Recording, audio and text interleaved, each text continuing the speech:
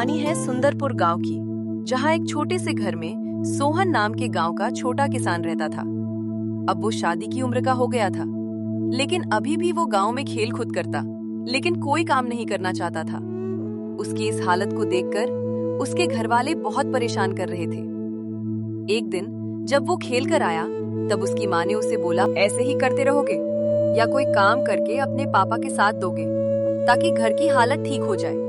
तुम्हारे पापा की उम्र बढ़ती जा रही है, कुछ करो कि तुम्हारे पापा को भी आराम मिल सके।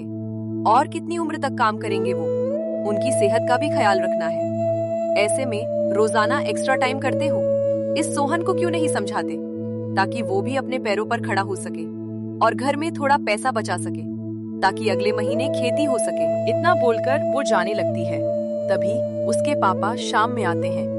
उसके पापा पसीने से तरबतर होते हैं। हाँ बेटा, कल से कहते में काम है, तो कल से मैं काम पर नहीं जा पाऊंगा। तो तुम एक काम करो शुरू कि कुछ दिन तुम भी चलो और शाम में चाय बेच लेना। शुरू में ज्यादा काम होता है, लेकिन मैं अकेले नहीं कर पाऊंगा। अगली सुबह जल्दी उठकर सोहन की माँ घर का सारा काम करके खाना बना देती है ताकि सुबह सुबह खेत में जाकर काम हो सके। सोहन और उसके पापा भी उठ जाते हैं और अपने खेत के लिए चल देते हैं।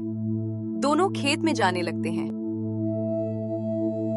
खेत में कई काम हैं, चलो काम पर लग जाते हैं। खेती अच्छी होगी तो हमें साल भर का अनाज हो जाएगा। भगवान ने दिया तो हमें इस साल कम मेहनत करनी पड़ेगी।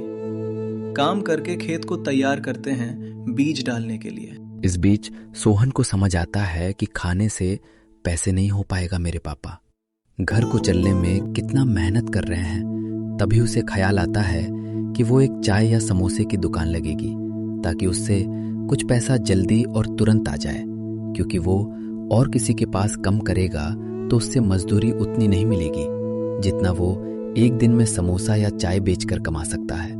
और घर के काम में हाथ बटाऊंगा और अगले महीने खेती में पैसा भी दे दूंगा।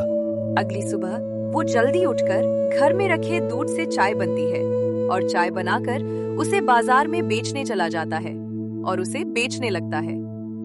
उसकी चाय काफी टेस्टी होती है, तो बाजार में पहले ही दिन उसे डेली चाय पिलाने के लिए ऑर्डर मिल जाता है और एडवांस भी। वो बहुत खुश होता है और सैम को चाय बनाने की चीज को बाजार से खरीद के घर ले जाता है और बच्चे पैसे को अपनी मम्मी को देता है और वो रोज इस काम को करता है। इधर उधर घूमने में अब उसका मन नहीं लगता है।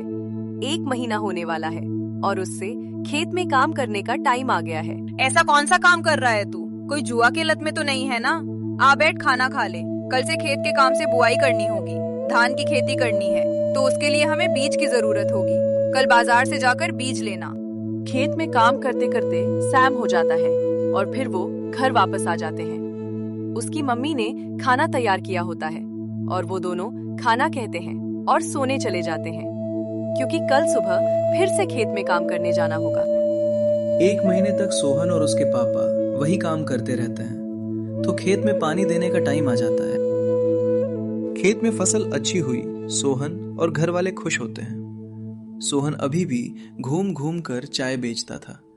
तभी उसके लिए एक दुकान हो जाए तो काफी अच्छा होगा। खेत में हुए कुछ फसल को बेचकर एक दुकान बना लेंगे। ऐसे करते हैं और घर में आर्थिक अच्छा हुआ। अब खेत में फसल काटने का टाइम आ गया। सोहन पूरी मेहनत से खेत में काम करता है। ठीक ऐसा ही होता है। चाय की दुकान खोल लेते हैं। सोहन की शादी की बात होने लगती है। शादी हो जाती है और सोहन का परिवार खुशी खुशी रहने लगते हैं। ये कहानी हमें ये सीख देती है, अगर हमारे परिवार में तकलीफ आए और हम उस तकलीफ में जो हो सके अपने से, हमें वैसा करना चाहिए ताकि हमारा परिवार धीरे धीरे व्यवस्थित हो सके। सोहन अब काफी समझदार हो चुका है। उसे अपनी जिम्मेदारी का एहसास हो गया है।